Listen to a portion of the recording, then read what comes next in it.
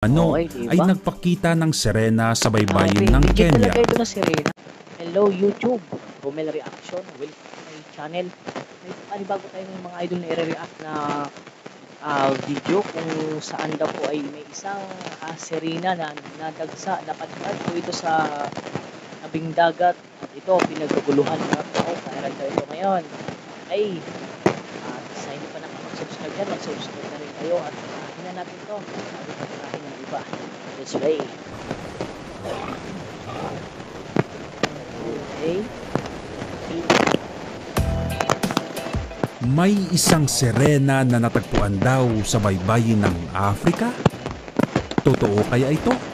Yan ang aalamin natin sa video Siguro po, gumagalaw yung mga ano niya. na ito. Handa ka na bang malaman ang kwento? Kaya simulan na natin.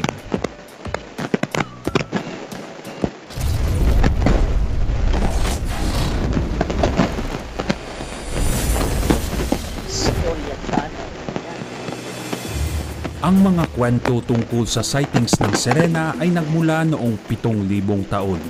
Bagamat maaaring mapagkamala ng mga kapitan ng barko, ang mga manati o kahit na mga balyena para sa lahat ng uri ng mythical creature. Ang alamat ng sirena ay nagpatuloy hanggang sa modernong panahon. At salamat sa digital image editing, bad sa Ito sa ano to sa movie nakuha sa pero ano ko lang mga idol, siguro digit ang sirena. Sa ano ko science lang. documentaries, art sculptures, at misidentified animal skeletons. Okay, di ba? Noong Abril 2022, isang bagong mermaid sighting ang nag-viral sa mga social media. Makikita natin mga idol dito, para talaga na ano, hindi rin sa naniniwala, pero para sa mga idol, naniniwala o nakahati na hindi. Kasi yung ano niya, yung tawag dito, yung tawagin nila yung tawag dito, buntot, pa sa gilid, gumagalaw. Ang mga social media user ay nagbahagi ng isang video na di umano Okay, diba? ay nagpakita ng sirena sa baybayin Grabe, ng legit Kenya. talaga ito na sirena.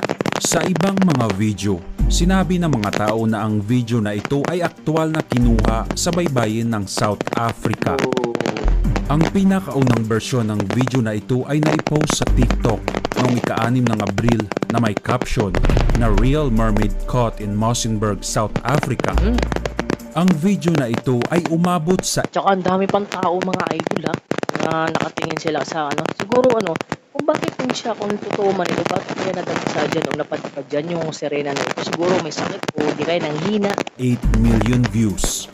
Ay, million views. Ayon sa nakapanood ng video, nakipag-ugnayan sila sa South African Police Service sa Mossenburg para sa higit pang impormasyon tungkol sa video na ito. Tulad ng Sa mga ano yan, mga hindi naniniwala dyan sa mermaid o sirena, mag-comment din kayo. Kasi ako, naniniwala isip ako. ng maraming komentarista sa social media kung may iba pa nga ba ang pinakita ng video na ito. Okay? Halimbawa, isang bata na inatake ng isda.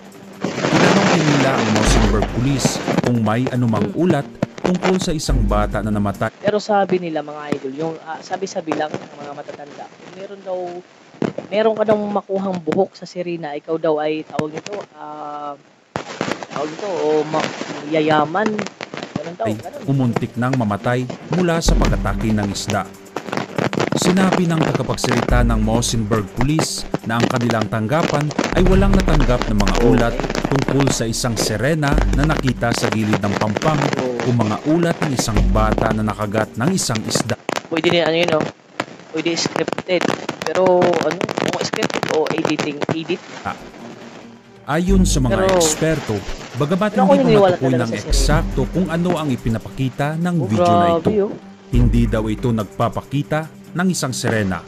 Sa lahat ng posibilidad, ang video na ito ayon sa mga eksperto ay inedit na nagtatampok ng tunay na footage ng isang namatay na isda at idinagdaga ng mga larawan ng isang bata.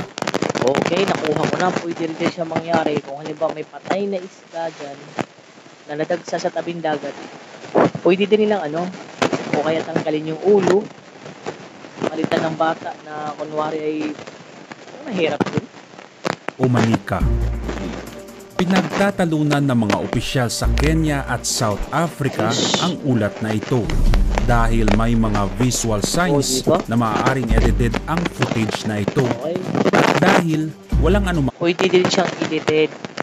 Okay, scripted, edited. Pero hindi nakakahulugan na hindi totoo ang sirena kasi yung mga iba ay may nakuhang mga skeleton ng sirena, mga buto doon. Pero ulat talaga ako tungkol sa naniniwala. pagtuklas ng isang Ewan ko half-human, din sa half-fish inyo. species sa South Africa. Ano sa palagay niyo mga kahistorya? Totoong Ano yung sa palagay nyo mga idol? Totoo kayang sirena ito o edit lang o scripted? Pero para sa akin, ako naniniwala na mayroon talagang sirena. sirena ba ang kanilang nakita? Okay? O hanggang dito na lang dito tayo mga idol at maraming salamat po at huwag kalimutan mag-subscribe sa ating YouTube channel at like pa rin ang ating video. Pwede kayo magpa-shoutout dyan o mag-comment. Ayan. Maraming salamat po sa inyong panunood.